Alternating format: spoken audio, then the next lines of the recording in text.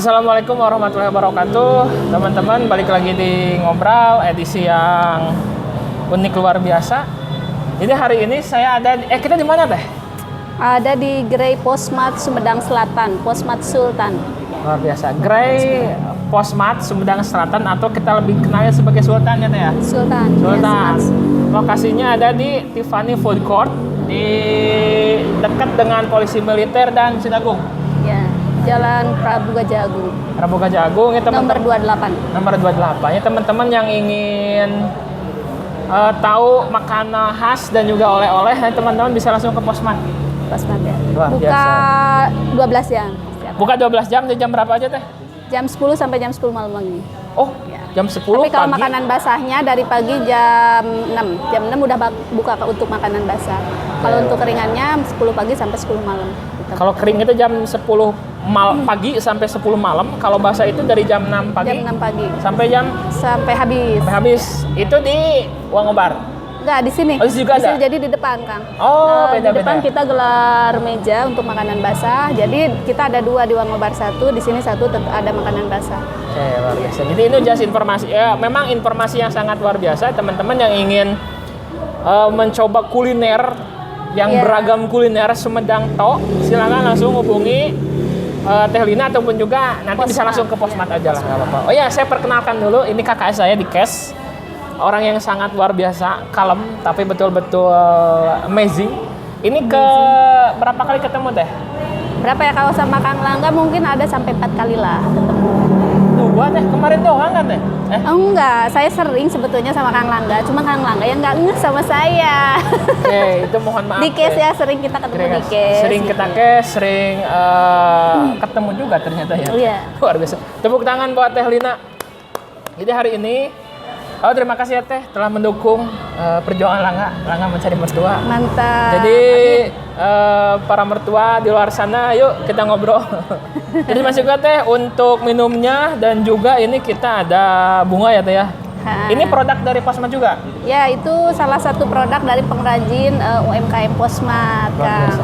Kita selain buat hiasan di sini, kita jual juga gitu. Tujuannya jual ya, kita Ini tujuannya jual. Betul. Jadi teman-teman yang ingin tahu beragam produk, silakan langsung ke Posmat di Tiffany Food Court. Luar biasa. Dan satu lagi informasinya nih, Apa Teh? untuk Posmat, insya Allah hari Sabtu itu launching pembukaan galeri yang kesekian nanti di Paseh. Nah, hari Sabtu. Iya, di Tahu Mirna. Nanti di situ Tahu kita Mirna. kerjasama buka galeri yang kesekian kali. Luar biasa. Ya, Di Sabtu Paseh ya, ya Teh? Paseh. Paseh. Luar biasa. Gitu keren informasi teman-teman yang ingin tahu bisa di Jadi daerah. nanti untuk mendapatkan produk-produk Posmat itu tidak hanya di Posmat Tiffany, nanti ada di Wangobar, di Tiffany, di Curug Cigorobog, ada di Cadas Pangeran, dan yang terakhir nanti akan ada di Paseh. Luar Siap, biasa. ya. Tepuk tangan buat Posmat, buat Kes juga, buat Teh Lina, luar biasa. Jadi memang itu suatu prestasi. Artinya kita Sebetulnya bukan prestasi pribadi, Kang. Itu Bersama. berkat kerjasama dan kerja keras para UMKM, terutama di bagian manajemen. luar Nah, biasa. kita punya manajemen yang super markotop lah pokoknya. Keren hebat Yang Teh. dipimpin oleh nanti di podcast Kang Langga selanjutnya Siap. akan ada ketua manajemen Posmat yang super keren. Ada deh ya? Itu Kang Desu, mantap. Ya, ada Manajemennya ya. itu. Nah, itu Kita- nanti akan dibahas ya di podcast selanjutnya dengan Kang Langga. Jadi untuk lengkap tentang Posmat nanti kita bahas spesial dengan Adesu, cuman enggak sekarang, segera. Ya, Karena segera memang ya. kemarin Adesu di kontak gak nyambung. Oh, nggak Jadi yang nyambung. Sibuk, nyambung beliau sibuk. Jadi yang nyambung hanya Teteh. Jadi siap. Alhamdulillah akhirnya saya ketemu dengan Teh Lina, luar biasa. Oh ya Teh, tadi maksud kerja keras itu kan gini loh Teh. Kita kan 2020 kan masa pandemi. Iya, betul. Masa rest, Yep. masa istirahat, masa mungkin sedikitnya kita mundur, kita di rumah. Jadi tapi dengan kondisi pandemi, Posmat Sultan bergerak luar biasa, buka di mana-mana, sebar di mana-mana, menebar manfaat di mana-mana kepada teman-teman UMKM. Itu keren, dan itu nggak mudah loh Teh. Betul santai. Jadi gini Kang, kita itu kan kalau pergerakan UMKM ini lebih dari bawah gitu ya, dari bawah ke atas. Jadi ini adalah keinginan dari UMKM-nya tersebut, sehingga UMKM ini merasa concern dan merasa bertanggung jawab dengan apa yang harus dilaksanakan, karena kita punya mimpi dan punya target yang sama gitu. Jadi seperti itu, mungkin seperti itu Kang. Nah, kenapa kita girohnya itu sangat kuat? Karena didasari oleh kepentingan yang sama. Nah, dengan kondisi pandemi, semua UMKM itu merasakan dampak yang sangat besar. Jadi kemerosotan terutama di bidang pemasaran, karena kita untuk toko-tokonya banyak yang collab. Akhirnya sebagai UMKM ini bagaimana caranya untuk mensupport kembali pemasaran itu, mendongkrak pemasaran itu seperti apa. Nah, ini dari keinginan, karena kalau satu UMKM menginginkan sesuatu berjalan sendiri itu berat. Nah, akhirnya kita menyatukan mimpi-mimpi kita bersama, semua UMKM bersatu, khususnya untuk Sumedang Selatan. Kita cari apa yang dimau oleh semuanya, kita tampung aspirasinya, dan alhamdulillah terbentuklah suatu keinginan, satu mimpi itu walaupun berat, ternyata setelah dijalankan secara bersama-sama itu menjadi lebih ringan. Gitu. Karena resiko yang ditanggung kita tanggung bersama. Keuntungan yang kita tanggung bersama, kita nikmati bersama, seperti itu girohnya kalau untuk UMKM. Sehingga UMKM itu sebetulnya akan menjadi pilar ekonomi bangsa, negara. Kenapa? Karena UMKM itu kekuatannya tidak sendiri-sendiri gitu, bersama kayak gitu. Jadi gini loh teman-teman, contoh lah nyatanya, Langga punya warung, beli produk, jual sendiri. Produk Langga sendiri, jual sendiri, segala rupa sendiri. Itu it's okay gitu ya. Tapi kalau kita bicara UMKM kan, apalagi Posmart kan itu banyak loh UMKM-nya. Dibuat satu di Posmart itu pasti banyak tantangan loh Teh. Betul. Jadi gini Kang, kalau UMKM itu mereka punya spesialisasinya di produk. Di produk. Mereka tidak akan berat untuk memikirkan hal-hal yang lainnya. Sementara kalau bergerak sendiri dituntut pemasarannya harus berpikir sendiri, packagingnya harus berpikir sendiri, kuantitas itu harus dipikirkan sendiri. Tetapi saat kita berjalan bersama-sama, kita manajemen Posmart utamanya menekankan kepada UMKM itu adalah kapasitas sama kuantitas di produk, kualitas di produk. Kuantitas sama kualitas, perkuat di sana dulu. Jadi mereka tidak dituntut bagaimana packaging, bagaimana pemasaran, tapi mereka lebih konsen nanti di kualitas dan kuantitasnya. Nah, kita dari manajemen Posmart memikirkan bagaimana pemasaran dan packagingnya agar menarik. Kalau kemasannya sudah menarik, barangnya sudah menarik, produknya otomatis akan membantu meningkatkan pemasarannya. Nah, sistem pemasarannya yang kita buat apa? Ya mungkin kita memang belum maksimal untuk saat ini. Kita hanya bisa membantukan membuka galeri-galeri, kita mengambil pojok-pojok yang dianggap banyak pendatang gitu yang mungkin bisa menjadi konsumen. Nah, kita akses tempat-tempat yang strategis untuk memasarkan barang-barang tersebut untuk meningkatkan pemasarannya. Nah, itu bagian kami di manajemen gitu untuk memikirkan itu. Kita memperingan beban UMKM agar UMKM konsen di segi kualitasnya. Jadi kita ambil segi pemasaran sama packagingnya. Jadi packaging dan pemasaran itu tugas Posmart, dan teman-teman yang UMKM itu fokus dengan kualitas produk dan spesialisasinya juga. Nah, itu. Oke, luar biasa, tepuk tangan buat Posmart dan Telina juga. Sedikit skip Teh, kita Teh mohon maaf, mic-nya bisa dibuat lebih atas Teh, soalnya Teteh suaranya kecil. Oh gitu? Ya, takutnya suara gak masuk, jadi dibuat lebih dekat dengan dagu mungkin Teh. Mohon maaf teman-teman, ada kasak-kasak sedikit. Oke, luar biasa. Plus juga hari ini kita di Posmart ini ternyata kita kumpul dengan teman-teman cash juga. Di sini ada Teh Melani yang pansos, Yamin pansos, ada ADD, kemudian ada Adesu, kemudian ada tadi Ambu, ada Teh Tina juga yang sampai sekarang belum mau diajak collab. Semoga nggak ada orangnya segera untuk ajak collab, luar biasa. Oh ini loh Teh, tadi kan kita bicara tentang Posmart ya. Padahal kan Langga sendiri dengan Teteh loh ini mungkin nggak say hello mungkin pernah ya Teh ya? Iya betul. Tapi Langga sendiri nggak tahu loh Teh. Teh itu siapa? Jadi tiba-tiba kita ketemu ajak collab bersedia dan kita tukar-tukar pikirannya. Dan alhamdulillah akhirnya Langan dikasih space waktu nih Teh ya. Soalnya Langan mau penasaran loh Teh. Teteh itu siapa dan kok bisa jadi seperti sekarang Teh loh Teh? Iya. Jadi gini ya Alangga, sebetulnya saya itu ibu rumah tangga biasa ya, yang cita-citanya pengen ongkang-ongkang kaki di rumah. Asik. Pengen nyantai gitu ya. Selonjoran asik gitu, selonjoran gitu, main HP. Tapi ternyata gini, kebetulan sebetulnya tahun 2017-2018 lah, saya berkenalan dengan Kang Desu. Nah, 2017, berarti baru tahun 2017 ya, itu berkenalan dengan Kang Desu. Kemudian kebetulan saya itu dulu korban bencana alam. Korban bencana alam, dan saya itu kita istilahnya apa ya, berada di fase yang benar-benar berada di bawah. Nah gitu, berada di fase yang benar-benar di bawah.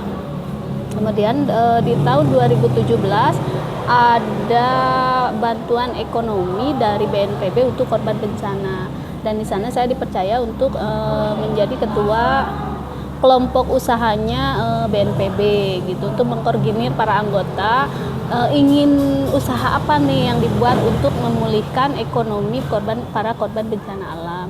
Nah di situ kita konsultasi dengan Disperindag dan kita diberi masukan untuk mengolah singkong.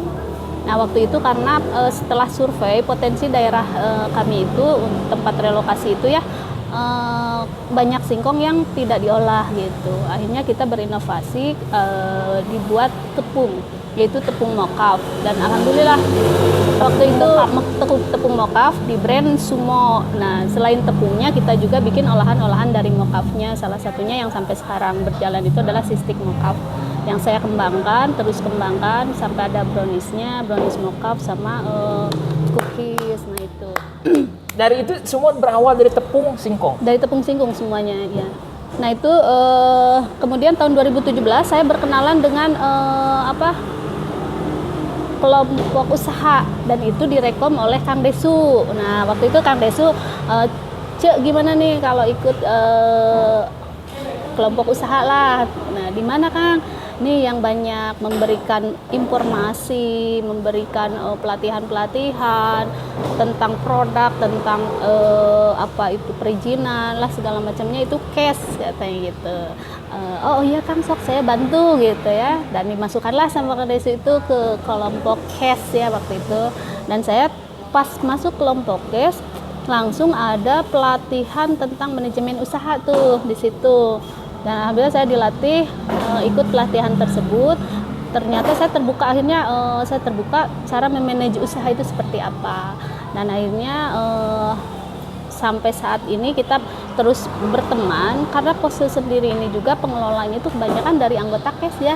Nah karena kesolidan di anggota tersebut, alhamdulillah kita bisa mengembangkan gerai-gerai UMKM di Sumedang. Dan itu berawalnya sebetulnya dari KES loh ya, dari orang-orang KES yang punya ide mengembangkan gerai-gerai di Kabupaten Sumedang. Akhirnya berdiri karena kebetulan kami satu kecamatan, kami masih tetap bisa bekerja sama di Kecamatan Sumedang Selatan. Dan beliau, saya terus terang sangat terbantu oleh beliau itu. Dari saya asalnya tidak tahu produk itu harus seperti apa, packaging itu harus seperti apa, manajemen pemasaran itu bagaimana, manajemen keuangan usaha itu bagaimana, dan itu semuanya saya dapatkan di kelompok usaha ini, seperti itu Kang. Adapun sebetulnya kalau saya itu, kalau dari secara pribadi pengalaman saya itu di dunia usaha bukan hal yang baru. Cuman saya dulu sebagai pekerja, sebagai karyawan gitu. Saya mengelola sebuah usaha di bidang perkreditan. Itu dari tahun 2000. Saya pertama menginjakan kaki di dunia usaha itu dari tahun 2000. Waktu itu posisi saya di administrasi keuangannya CV Bintang Utama Karya, itu Bandung tapi cabang Sumedang, sampai tahun 2011. Tahun 2011 ya, saya pindah-pindah cabang karena buka-buka cabang baru. Saya kebetulan karena waktu itu bukan karena pinter ya, karena saya gadis, jadi dianggap Dilempar-lempar gitu. dilempar-lempar mudah kalau gadis itu. Jadi lempar-lempar cabang lah.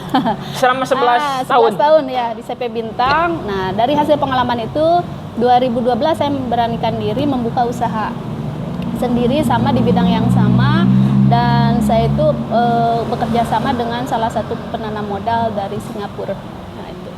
Dan alhamdulillah dari tahun 2012 sampai tahun 2015 yang namanya saya membesarkan satu CV yang namanya CV 2 Putih.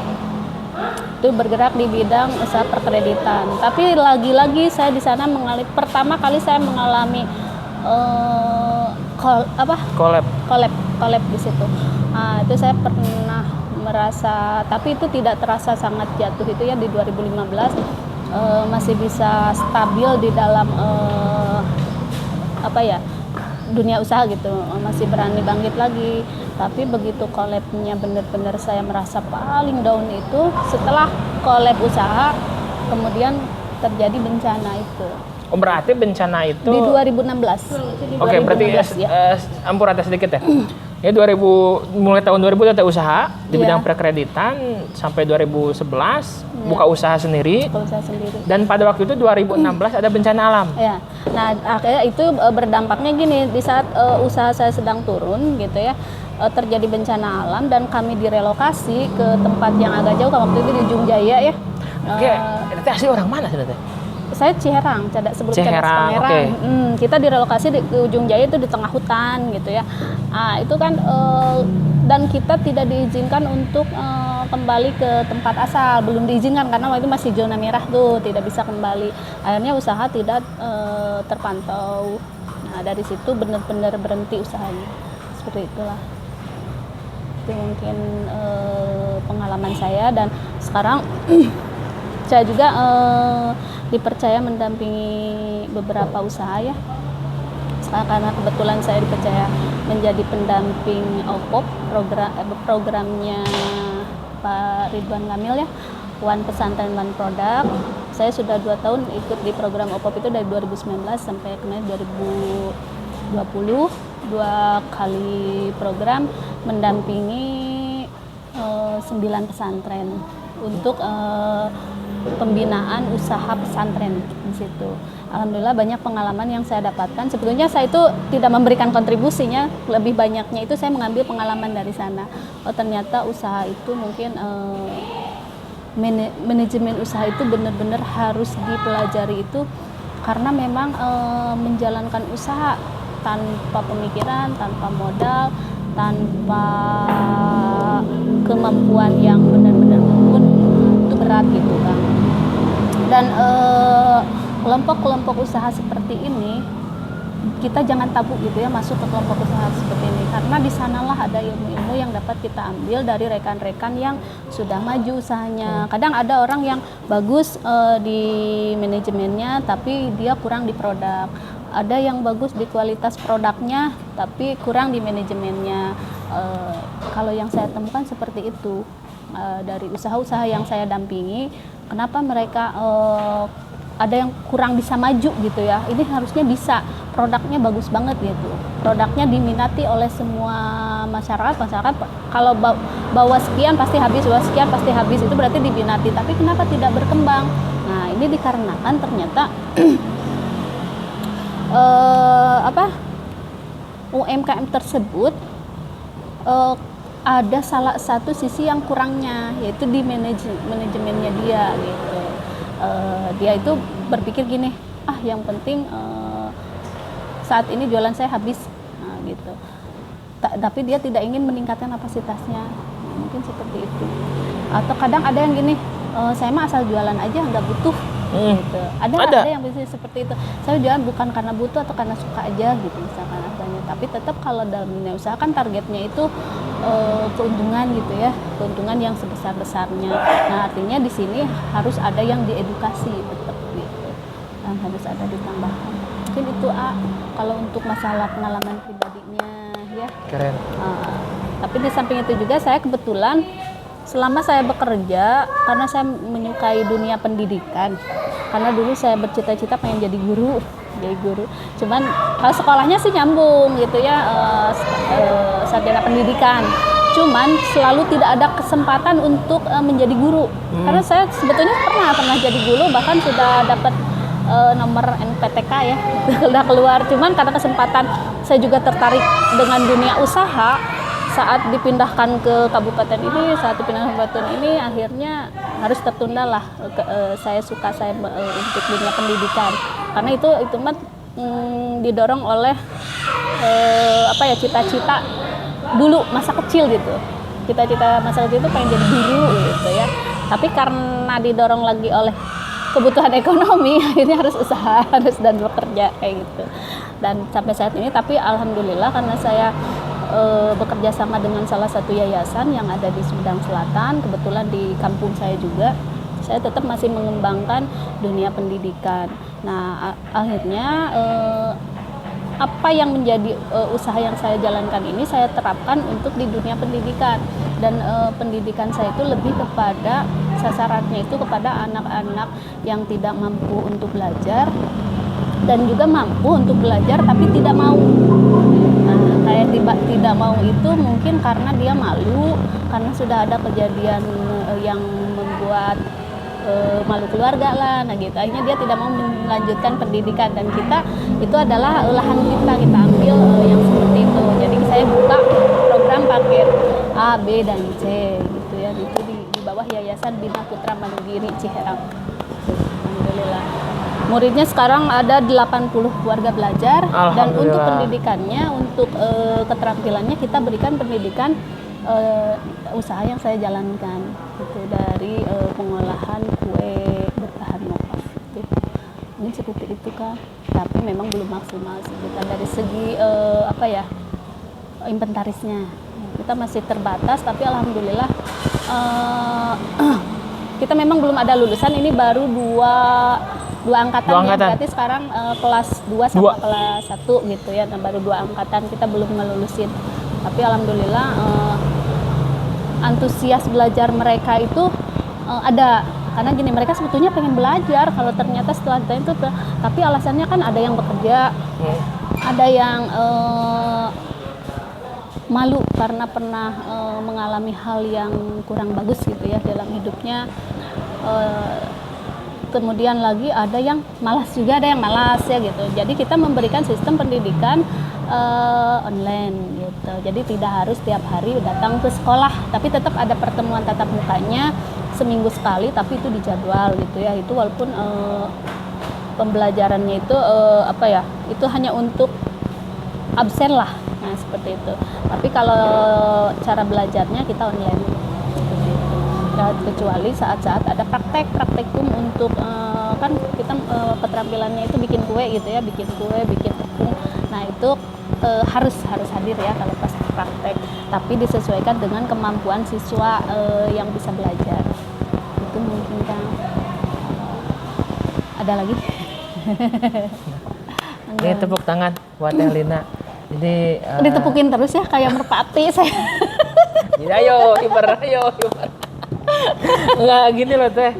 Langga kan kita ketemu say hello, say hello gitunya. Langga sendiri nggak tahu loh latar belakang pendidikan Teteh, latar belakang keluarga, latar belakang pekerjaan. Langga sendiri nggak tahu loh. Jadi kita itu terlalu fokus mungkin dengan hanya kemasan di luar. Ternyata hari ini Langga belajar banyak gitunya tentang bagaimana perjuangan Teteh. Karena gini loh Teh, kalau kita musibah kebakaran ya, siapa sih yang nggak maunya? Semua nggak ada yang mau. Itu kan oke lah bangunannya rusak, mungkin bisa dibangun lagi di tanah yang sama, dengan bangunan yang sama, dengan adanya bantuan dan lain-lain. Tapi kalau kita ada bencana langsung pindah ya, direlokasi ya, itu sakitnya 2 kali loh Teh. Sakitnya 2 kali, kita udah mau pindah. Beban mentalnya Kang. Beban mentalnya loh. Plus kita harus membangun dari nol lagi kan, itu bukan hal yang mudah loh teman-teman. Makanya Langga salut loh sama Teteh. Tapi justru saya salut ya dengan BPBD Sumedang. Saya salut programnya gini. Jadi kita itu di tempat relokasi itu tidak hanya karena waktu itu sebetulnya relokasi rumah sementara Jadi hanya sementara kita di Ujung Jaya karena lokasinya itu diperuntukkan untuk yang lain. Gitu. Tidak bisa langsung disimpan di sana. Korban ini ada 115 kakak ya, sekitar 500 orang. 100 orang. Nah itu direlokasi ke Ujung Jaya. Nah di sana kan kalau Akang tahu waktu itu kondisinya rumput depan rumah itu setinggi pintu, Kang. Saking Kita itu di tingginya. sana dari mulai membersihkan lokasi, memang dibantu dengan Satpol PP Sumedang, subhanallah ya. Waktu itu BPBD sangat concern sekali mendampingi kita semua gitu selama 3 bulan di sana. Itu dari mulai penataan kembali rumahnya sih masih bagus, cuman karena hampir 3 tahun lah tidak dihuni, jadi tinggi rumputnya itu sampai segitu dibersihkan dan kita 1 minggu di sana baru ada listrik. Jadi selama 1 minggu itu moek gitu ya, selama 1 minggu itu. Tapi kita alhamdulillah untuk makan segala macamnya disupport oleh BPBD ya, oleh pemerintah melalui BPBD. Dan untuk pembangunan kembali mentalnya kita di sana diberikan apa istilahnya? Konseling. Nah ada konselingnya gitu, tim konseling yang membangun kita apa yang kita inginkan, apa yang kita rasakan. Kita di situ sebebas-bebasnya mencurahkan hati dan itu tiap hari kan konseling itu hadir, tidak hanya satu tim untuk menangani 500 warga itu ya. Satu tim, alhamdulillah kita ditanya latar belakang, apa yang diinginkan di kedepannya. Nah di situ terus digali dan hasilnya diberikan ke pemerintah dan alhamdulillah di tahun 2017 terrealisasinya rutapnya terrealisasi masih di Kecamatan Sumedang Selatan di Desa Margalaksana. Di situ dibangunkan Tonggo ya? Ya.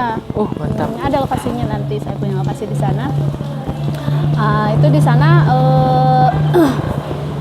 rutap itu 2017 terrealisasi dan kita dipindahkan ke sana ke rutap, kemudian turunlah bantuan pengembangan ekonominya. Jadi itu sesuai dengan apa yang ada potensi di desa tersebut. Apa yang bisa diolah di sana, apa yang kita bisa lakukan oleh masyarakatnya sendiri gitu. Alhamdulillah bantuannya pemerintah sangat konsentrasi ya untuk Sumedang khususnya dalam penanganan bencana alam di Sumedang. Oke. Alhamdulillah. Bentar dulu, skip dulu teh. Oke. Bencana 2016 teh yang Ciherang yang longsor. Iya. Inilah. Oke, kayak nggak ingat teh. Nah, waktu itu korban jiwanya yang meninggal 3 orang. Inilah. Kalau rumah yang tertimbun itu 11 rumah. Kalau saya itu masuknya rusak sedang karena jebol belakang doang. Cuman memang tidak bisa dihuni waktu itu karena kondisinya sebelah rumah saya itu hancur berat, tertimbun gitu. Akhirnya karena saluran air dan semacamnya tidak jalan, rumah saya berarti tidak bisa dihuni. Dan kita dinyatakan zona merah, tidak boleh kembali ke lokasi semula. Luar biasa. Teman-teman, ini saya mau cerita dulu teman-teman nih. 2016 waktu itu saya ada di Karumbi teh, lagi di gunung. Nggak perlu di gunung. Lagi jalan-jalan lah sama temennya 2 orang lagi jalan-jalan lah di gunung. Sampai nginep di sana. Dari sore waktu maghrib berarti ya, itu hujan sampai jam malam lah itu teh. Nah, itu berhenti. Sampai jam 1 malam itu masih sampai hujan. pagi itu hujan kan? Masih. Iya. Ekstrim loh, pokoknya ya Allah Gusti kok hujan sampai segininya gitu ta. Lah segitunya, oke alhamdulillah pagi-paginya alhamdulillah lancar biasa lagi. Dan itu pas ada berita longsor di daerah Ciherang.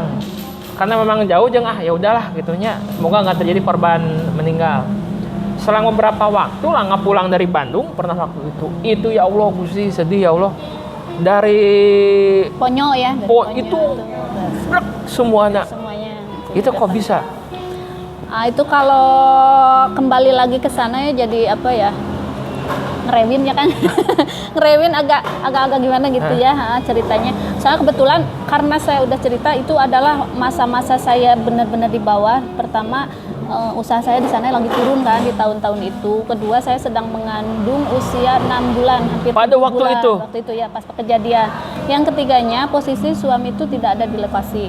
Saya di rumah hanya dengan 2 orang balita usia 3 dan 4 tahun. Aduh, waktu itu. tegang Dan semua kondisi tuh. mengandung. Nah, karena waktu itu hujannya dari sore kan ya, Itu dari asli, sore ya tidak Allah, pasti berhenti. hujan. Saya itu pada maghrib itu udah tidur di dalam rumah gitu ya.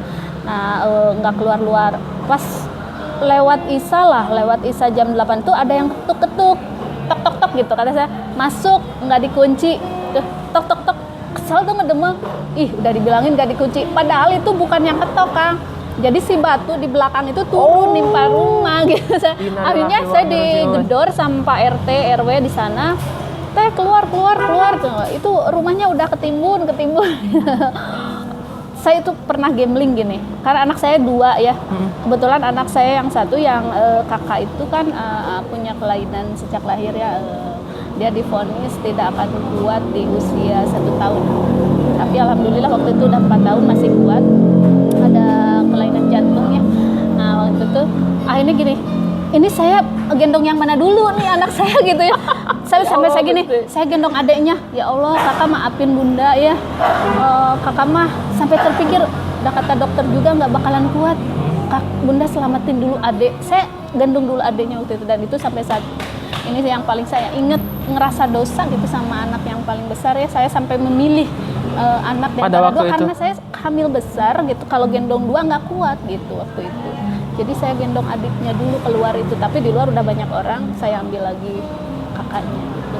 Cuman maksudnya kan tetap kalau hal yang tidak diinginkan ternyata roboh kan, dua-duanya. Anak saya itu semua jadi korban gitu kan, kayak gitulah. Nah gitu itu kejadiannya itu kalau pas lokasi, karena beruntun Kang. Jadi kejadiannya itu di beberapa titik ya. Di titik saya itu sekitar jam 8. Jam 8 di titik saya. Saya direlokasi asalnya ke masjid, tapi pas di masjid itu ada informasi jangan di masjid, katanya di masjid di belakangnya juga udah rawan.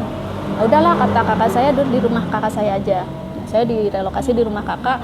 Kebetulan yang hancur ini rumah kakak saya juga. Nah 2 keluarga ini masuk ke keluarga kakak saya yang satu lagi di rumahnya, tapi beda RT gitu ya. Di situ, nah ternyata pas jam 11 malam kejadian yang di titik yang masjid Ciherang itu, yang rumahnya Pak Dewan ya, itu waktu itu udah ngelelep, udah hilang, udah nggak kelihatan itu di situ katanya. Tapi saya nggak lihat karena kondisi ini saya menunggu anak-anak di rumah. Nah kakak saya yang dewasa gitu ya, pada ngelihat ke lokasi jam 11 malam itu posisi mati listrik semua ya, jam 11 malam. Pas jam 1 malam saya ditelepon sama kakak saya, tolong keluarkan semua anak-anak dari rumah, turun, semuanya harus turun. Maaf kakak nggak bisa jemput soalnya nggak bisa sama tentara, ini udah ada tentara banyak. Pokoknya yang di lokasi di atas cepet turun. Itu saya ditelepon jam 1 malam. Pas begitu udah di luar udah pada jerit-jerit gitu ya, semua satu kampung itu 2 RT. Nah 2 RT itu sekitar 150 kakak lah di sana. Kan kalau Kang tahu kondisi kampung saya itu jalannya setapak ya, masuk motor doang dan curam tinggi banget gitu, kawas nangtung lah kayak gitu ya. Nah kondisinya, nah jam 1 malam hujan nggak berhenti, gelap, mati lampu, semua orang sekitar 150 kakak turun dorong-dorongan dari atas ke bawah, sambil teriak, sambil nangis, dorong-dorong sampai hujan, tidak tahu seperti apa gitu. Waktu itu yang tempat pom bensin itu tahu kan, jalan yang kecil itu, situ itu dorong. Beriak semua. Beriak itu, pengen buru-buru ya, buru-buru kan aman gitu lah. Terbayanglah gimana pak dorong-dorongnya sambil bawa anak, sambil hujan-hujanan gitu. Akhirnya kita direlokasi, asalnya maunya di pom, jangan di pom katanya, nanti longsoran akan sampai ke pom.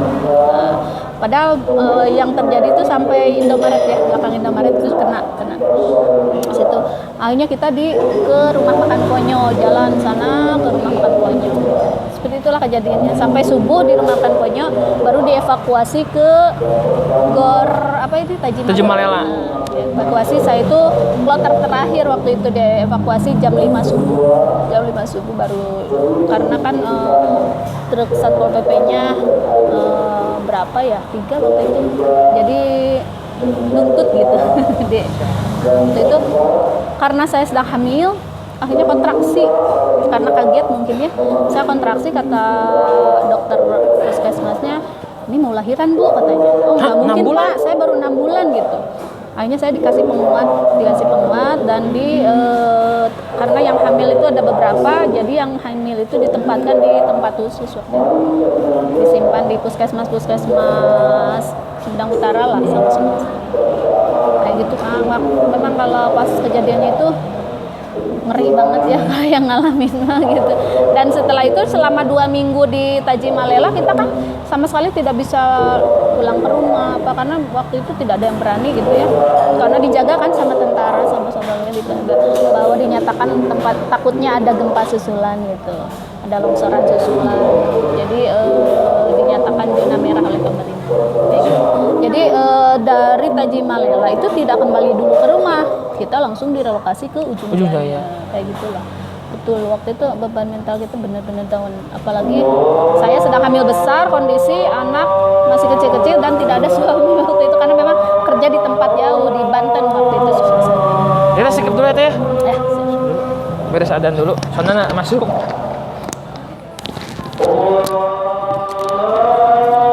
Kenapa? Ini tidak membahas judul ini? Ya, biarkan orang yang berpersepsi.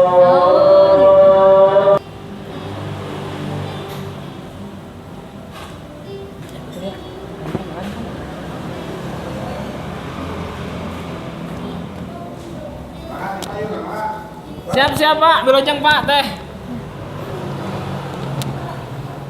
Oke teman-teman, kita lanjutkan. Tadi kita ada break dulu untuk azan asar. Oh ya, kita mau ngucapin selamat datang kepada keluarga luar biasa kita di Lariba, Pak Ketua, ada Pak Heri, dan juga ada Umi Aida. Lagi makan sama Akila dan Naila di belakang. Terima kasih telah datang di Tiffany Food Court, Pak. Siapa? Oh ya Teh, kita lanjutkan. Tadi sebetulnya Langga memang minta maaf Teh. Iya, boleh. Bukan berarti mengingatkan kembali Teh. Enggak. Cuman memang Langga juga baru ingat gitu Teh. Oh iya ya Allah Gusti, kita itu Langga ngalamin hujan besar dari mulai sore hingga Langga sadar-sadarnya jam malam sih Teh ya, memang langsung tidur kan. Itu ya Allah Gusti, hujan sampai segininya gitu Teh. Di plus juga Langga mau ikut berbelasungkawa Teh kepada keluarga, teman-teman yang pada waktu itu meninggal. Semoga bisa semoga husnul khotimah. Amin, dan juga amin, teman-teman yang kemarin dapat musibah untuk senantiasa bersemangat luar biasa, bertahan dan berkembang hingga sekarang. Dan alhamdulillah sekarang bisa bertemu dengan Teteh, bisa cerita-cerita yang luar biasa dan itu memberi kita semangat untuk kita semua. Tapi di balik semua musibah itu kita yakin ya pasti akan selalu ada hikmah. Iya, mangga. Nggak ada kuenya ya. Nah, pasti akan selalu ada hikmah di balik semua bencana. Dan itu memang tidak dirasakan saat itu. Nggak indah sudmatil ulanya mah tetap nggak bisa lah, sabar itu ya susah. Kalau sabar yang benar itu kan indah sudmatil ula. Di saat hentakan pertama itu yang namanya orang benar-benar sabar itu di saat dia bisa sabar di saat hentakan pertama, tapi itu berat ya kan.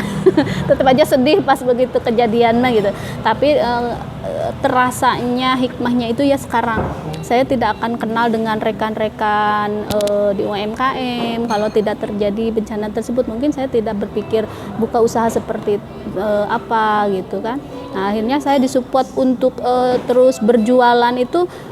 Sebetulnya sampai saat ini pun yang namanya semangat itu maju mundur gitu ya. Tapi lagi-lagi ketua manajemen Posmat ini ya, temen saya yang paling concern gitu, mendorong kami sebagai anggota itu untuk terus bersemangat. Ayo produk lagi, ayo produksi lagi, pasarkan lagi, ayo jual lagi. Nah, selalu seperti itu. Di saat kita down, dia selalu mampu mengangkat. Karena mungkin dia ketua yang mengetuai ibu-ibu. Jadi dia sumber semangatnya lah. Nanti bisa dibahas langsung sama beliau ya. Alhamdulillah, Kang Desu keren banget. Dan itu saya ambil hikmahnya. Saya mungkin tidak akan mengenal dunia usaha yang lebih. Kalau dunia usaha dari dulu gitu ya, dunia kerja, dunia usaha dari dulu. Cuman yang lebih, kenapa saya lebih nyaman sekarang, walaupun terus terang dari segi omset itu usaha saya yang sebelumnya itu omsetnya itu per bulan itu ya besar ya Teh? rata-rata di 50 juta itu udah menggaji karyawan beberapa lah ya, udah berjalan gitu, udah stabil. Nah untuk sekarang kalau dari segi omset saya tidak bisa bicara masalah omset ya, karena kita baru memulai gitu. Tapi insya Allah di sini ternyata yang lebih saya dapatkan itu adalah pembelajarannya, bagaimana manajemennya, dari mulai manajemen usaha, keuangan, pemasaran dan sebagainya. Ini yang lebih saya rasakan manfaatnya gitu, karena ini kayak pondasi lah. Dalam sebuah usaha itu pondasinya ya harus seperti ini gitu, harus kuat dulu di bawah, baru nanti di saat ada angin, setelah tinggi itu ada angin itu akan kokoh gitu, karena ada pondasi yang kuat seperti itu. Dan kekuatan UMKM itu adalah di kesolidan, di kebersamaannya, itu Kang yang saya rasakan. Jadi ada, kalau usaha sendiri itu nggak ada yang mengingatkan, jadi kita enjoy aja sendiri, tapi di saat usahanya dijalankan bareng-bareng saling mengingatkan, dan itu yang membuat semangat kita makin naik gitu, dan terjaga. Oh, biasa. Tepuk tangan buat Teh Lina, buat Posmat dan teman-teman semua. Ya. Oh ya Teh, kita closing statement Teh. Oke. Apa yang ingin Teh sampaikan kepada keluarga, tetangga, saudara-saudara yang dulu mungkin pernah kena musibah Teh? Nah, tapi sebelumnya gini dulu, saya pengen bahas dulu ini nih judulnya, ya Allah, jadalnya ini nggak nyambung ya. Tapi nggak dibahas. Thank you Teh. Saya pengen tanya nih, balik nanya Kang Langga, gimana ini pencariannya sampai di mana, berapa persen? Jadi gini loh Teh, Langga itu udah collab kurang lebih 150 orang, 150 jam, 150 tempat. Perjuangan Langga masih harus tetap dilanjutkan. Ya, semoga dengan ini tetap semangat ya. Siap, semangat. hatur nuhun, Teh. Mencari mertua. Mencari mertua. Jadi, cuman yang jadi pertanyaan saya gini, kan di sini mencari mertua. Apa ini artinya mencari mertua sebanyak-banyaknya atau gimana? Sampai 150 diwawancara. Jadi collab ya. Terus aja. Jadi Langga itu bukan. Jadi Langga itu terbatas dari segi calon mungkin. Karena Langga kan bingung. Rek nemak calon mana, kayaknya kan segi sosial Langga kan kebanyakan ibu ke atas. Low profile banget ya. Jadi yang Langga kerja itu siapapun, jadi ketika mereka gak mau melihat Langga, tapi mereka mau melihat Teteh. Jadi dengan mereka mencari tahu tentang Teteh ada di YouTube Langga, seenggaknya mereka melihat ini. Kemudian cari tahu siapa Langga. Ya, mereka cari tahu. Jadi mereka gak perlu kejar siapa Langga lagi. Jadi ketika mereka punya anak, saudara atau siapapun yang belum menikah, gak main ke rumah, yuk orang ngobrol barengan itu ta. Cuman sampai sekarang momen itu belum Langga dapatkan. Jadi wajib kita lanjutkan perjuangan ini. Iya. Sebetulnya saya pengen sih ngajak Kang Langga gak main ke rumah. Asik ya, serius. Cuman anak gadis saya baru 7 tahun Kang Langga. Ya Allah Gusti. Kasihan ya. Nah, saya doakanlah secepatnya ya mendapatkan mertua. Ini 20 tahun Keren lah. Siap, membantu para UMKM. Insya Allah kalau kita niatnya membantu dengan ikhlas, Allah akan membayarnya secara langsung. Teteh, terakhir buat teman-teman. Ya, closing tadi ya, ya. Closing kayak gini. Tapi dibuat lebih cepat ya. Oke, buat teman-teman yang dulu pernah mengalami kemunduran atau jatuh dalam beberapa hal, salah satunya misalnya menjadi korban bencana alam, jangan pernah menyerah ya. Kita tetap bisa bangkit. Yang penting kita punya semangat untuk hidup, karena hidup itu harus dijalankan dan harus diteruskan, tidak bisa berhenti dengan keinginan kita sendiri. Tetap semangat aja, jaga kebersamaan dan tetap istiqomah. Intinya dibarengi dengan doa, berusaha dengan doa. Luar biasa Teh. Itu Terakhir aja. Teh, untuk cash dan Posmat. Nah, untuk cash dan Posmat, cash alhamdulillah selama saya bergabung di cash banyak ilmu yang saya dapatkan, dan selama saya bergabung di Posmat banyak pengalaman yang amazing ya. Banget pengalaman yang benar-benar bikin saya tidak bisa move on dari Posmat. Keren Posmat pokoknya. Luar biasa. Assalamualaikum. Waalaikumsalam warahmatullahi wabarakatuh. Teteh, thank you. Luar biasa. Sama-sama. Posmat, thank you luar biasa. Tiffany Food Court, thank you luar biasa. Teh Melani Yamin Pansos luar biasa. Ada Nariba juga, Teh Tina, Teh ADD dan teman-teman semua. Terima kasih. Mangga Sumping ka Posmat, Nah. Badenu di mana?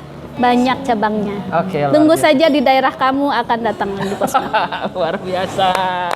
Oke teman-teman, terima kasih telah menyaksikan obrolan kita pada hari ini. Terima kasih telah menyinggung-nyinggung ini Teh.